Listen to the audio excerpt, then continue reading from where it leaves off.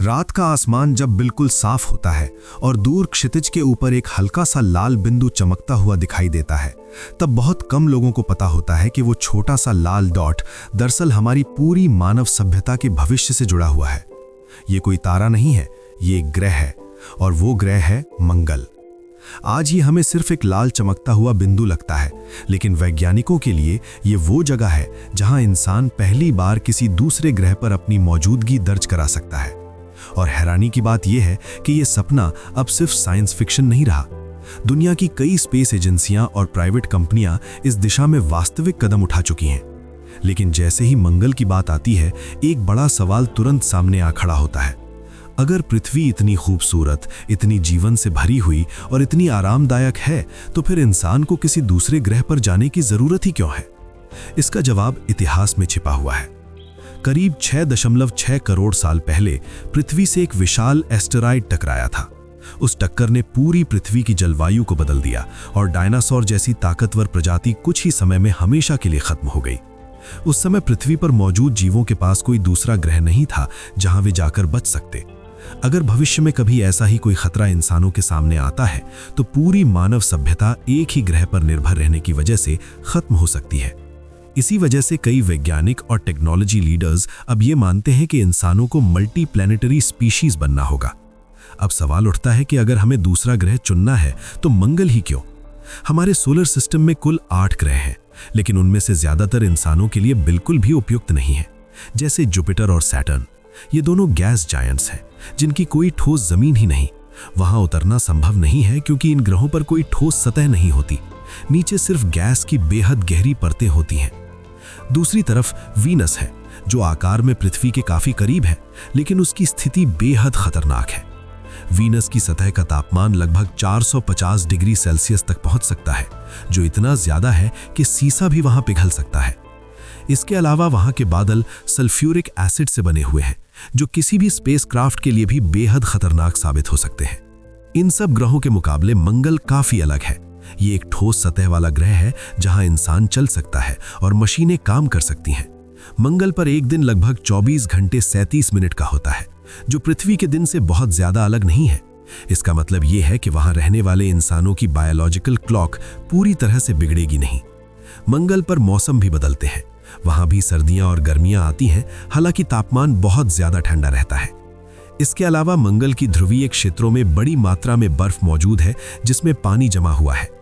यही पानी भविष्य में वहां रहने वाले इंसानों के लिए सबसे कीमती संसाधन बन सकता है। मगर मंगल तक पहुंचना उतना आसान नहीं है जितना यह सुनने में लगता है।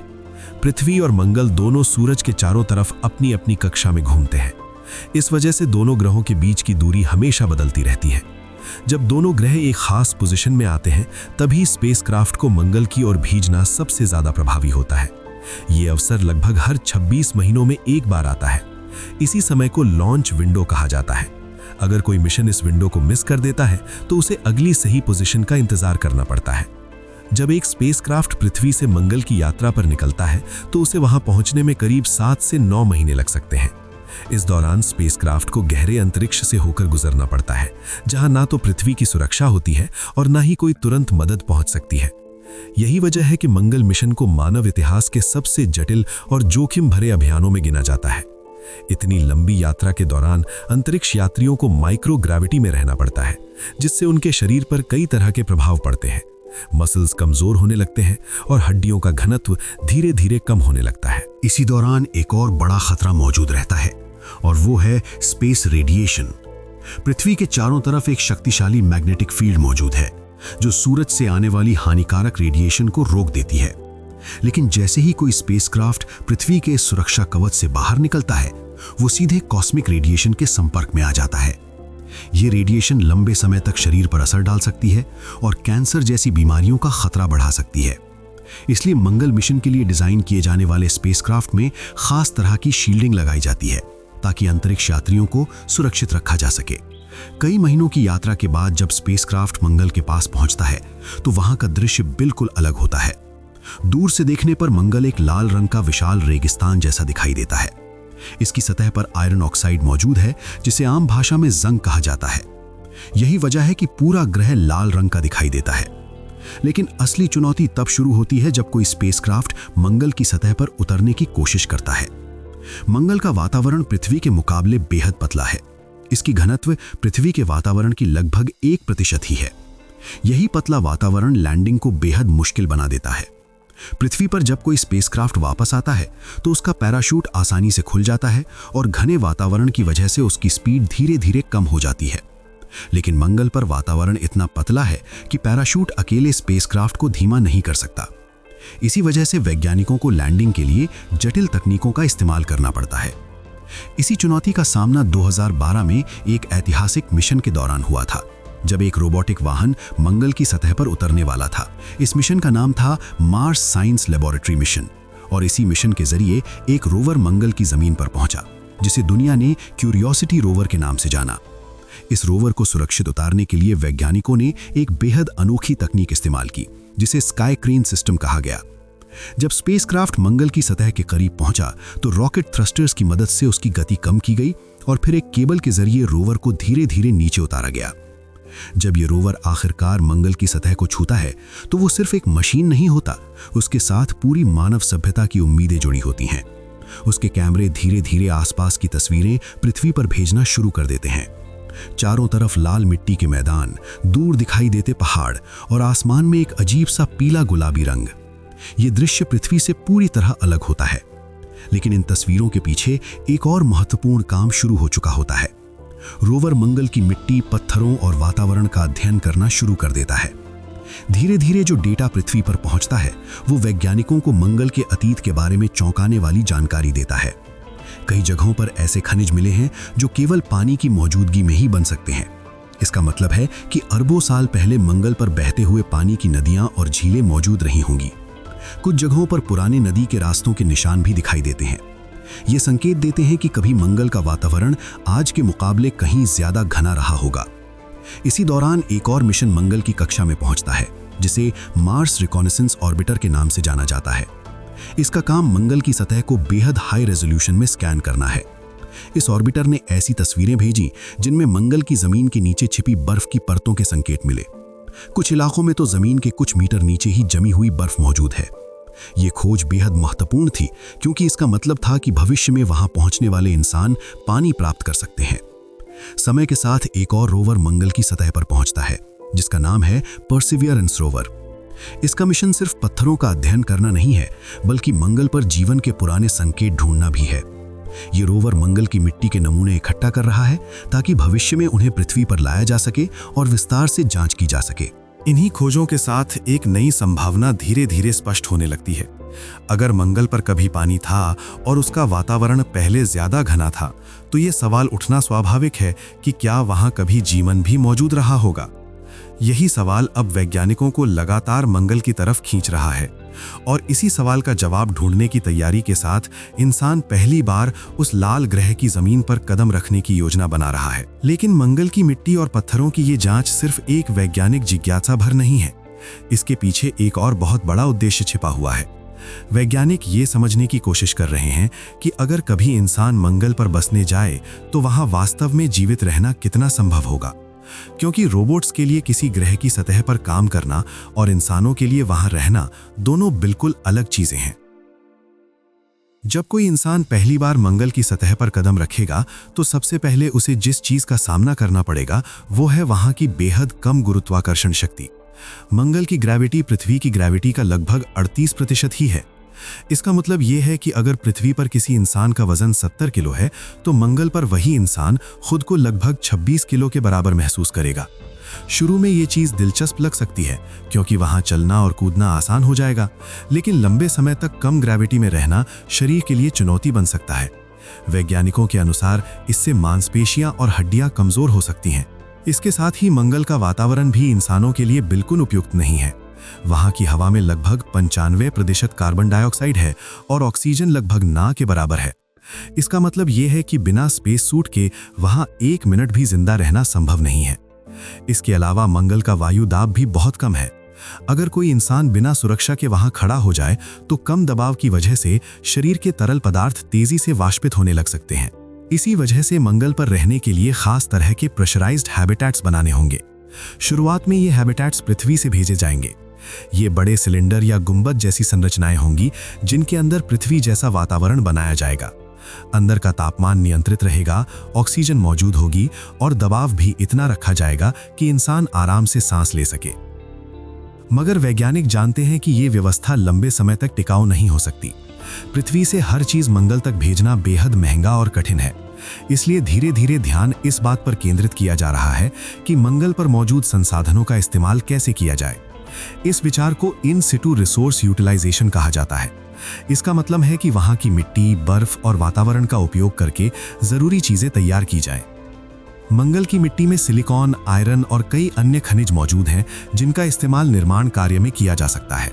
इसी वजह से कई रिसर्च टीमें ऐसे बड़े 3D प्रिंटर्स पर काम कर रही हैं जो मंगल की मिट्टी को पिघलाकर मजबूत ईंटों या संरचनाओं में बदल सकते हैं। अगर ये तकनीक सफल होती है तो भविष्य में मंगल की कॉलोनियों की दीवारें उसी ग्रह की मिट्टी से बनाई जा सकती हैं। लेकिन रहने की जगह बनाना ही काफी नहीं होगा, इंसानों को वहां पानी भी चाहिए होगा। कुछ साल पहले वैज्ञानिकों को मंगल के ध्रुवीय क्षेत्रों में जमी हुई बर्फ के विशाल भंडार के संकेत मिले।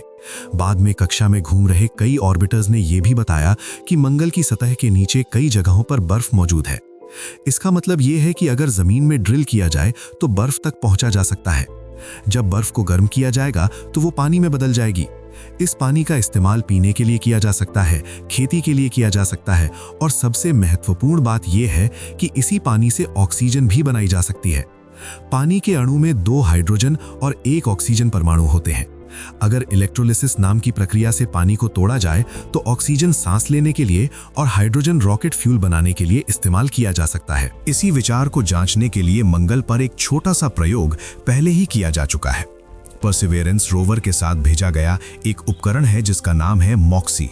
इस उपकरण ने पहली बार मंगल के वातावरण से कार्बन डाइऑक्साइड लेकर उसमें से ऑक्सीजन निकालने का सफल प्रयोग किया।